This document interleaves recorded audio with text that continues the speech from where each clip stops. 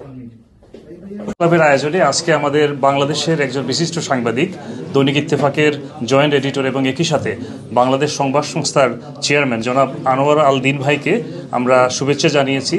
তার সম্মানে আমরা এখানে সকলে সমবেত হয়েছি এবং একই সাথে আমরা ফিউচার অফ নিউজ নিয়ে একটি বিশেষ আলোচনা তার মাধ্যমেই আমরা শুনেছি এবং এখানে আমরা যারা সিনিয়র সাংবাদিক আছেন এবং আমাদের সহযোগীরা আছেন তারাও আলোচনায় অংশ নিয়েছেন। এবং এখানে সবচেয়ে বড় যে কথাটা আজকের ফিউচার অফ নিউজ থেকে উঠে এসেছে যে সবসময়ই বাংলাদেশের সাংবাদিকতা এবং পৃথিবীর সাংবাদিকতায় একটা চেক অ্যান্ড ব্যালেন্স ছিল। বিভিন্ন পর্যায় থেকে একেবারে এটা লেখা হবে, তারপরে একজন নিউজ এডিটর দেখবেন, তারপরে এক্সিকিউটিভ এডিটর দেখে এটা ছাপানো হবে। এই যে কালচারটা এখন কমে যাচ্ছে, আনোয়ার আল দিন ভাই তার বক্তব্যে এই যে সতর্কতা, দায়িত্ববোধ, এটার উপর গুরুত্ব দিয়েছেন। এবং আমরা ডিজিটালে করি, প্রিন্টিংয়ে করি, আর টেলিভিশন মাধ্যমে করি, যেখানেই কাজ করি না কেন আমরা যাতে দায়িত্বশীল সাংবাদিক থাকি, আমরা যাতে সঠিক সংবাদ দিই এবং আমরা বিভ্রান্তি তৈরি না করি, সেটার উপর গুরুত্ব দেওয়া হয়। আজকে লন্ডন বাংলা প্রেস ক্লাবে আমাকে যে সম্মান দেওয়া হয়েছে এই জন্য আমি কৃতজ্ঞ তাদের প্রতি।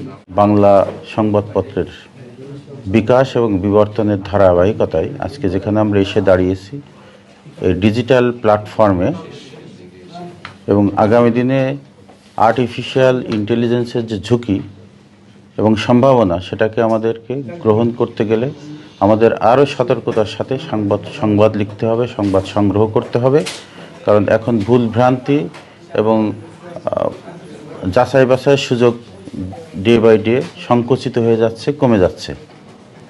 এই জন্য আমাদের যারা সংবাদ মাধ্যমে আমরা কাজ করছি তাদের উচিত হবে ফিল্ডে যে সংবাদ সংগ্রহ করা। সোশ্যাল মিডিয়া বিশ্বস্ততার জায়গা থেকে সরে আসছে ডে বাই ডে, বা তার স্বার্থ সিদ্ধি করা যায় সেভাবেই তারা লিখে থাকে।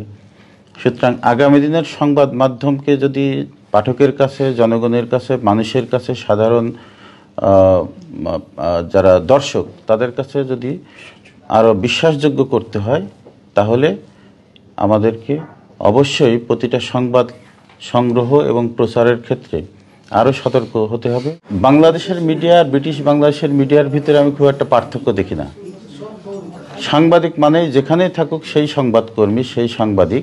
তো আসলে যেখানেই বসবাস করি আমাদের সুখ দুঃখ আনন্দ বেদনা সব একই।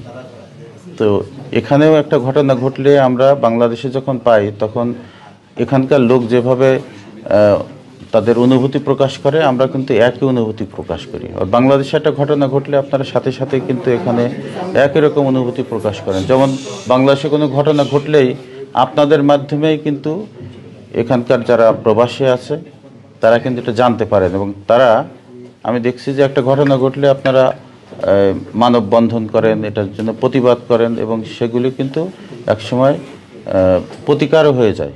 আমার কাছে এখানে মনে হয়েছে যে এটাও আমার একটা ঘর, এই প্রেস ক্লাব, এত পুরানো একটা প্রেস ক্লাব। ট্র্যাডিশনাল মিডিয়া থেকে এখন অনলাইন থেকে সোশ্যাল মিডিয়া, এবং মিডিয়া এখন প্রাতিষ্ঠানিক না হয়ে এখন ব্যক্তিকেন্দ্রিক হয়ে গেছে। এবং অনলাইন মিডিয়া, সোশ্যাল মিডিয়া যে বিষয়টি করা হয় যেটি হচ্ছে যে কে কত দ্রুত সংবাদটি প্রচার করতে পারবেন, এবং দ্রুত সংবাদ প্রচার করতে গিয়ে অনেক সময় ভালোভাবে চেক করা হয় না, এজন্য মিস ইনফরমেশন চলে যায়।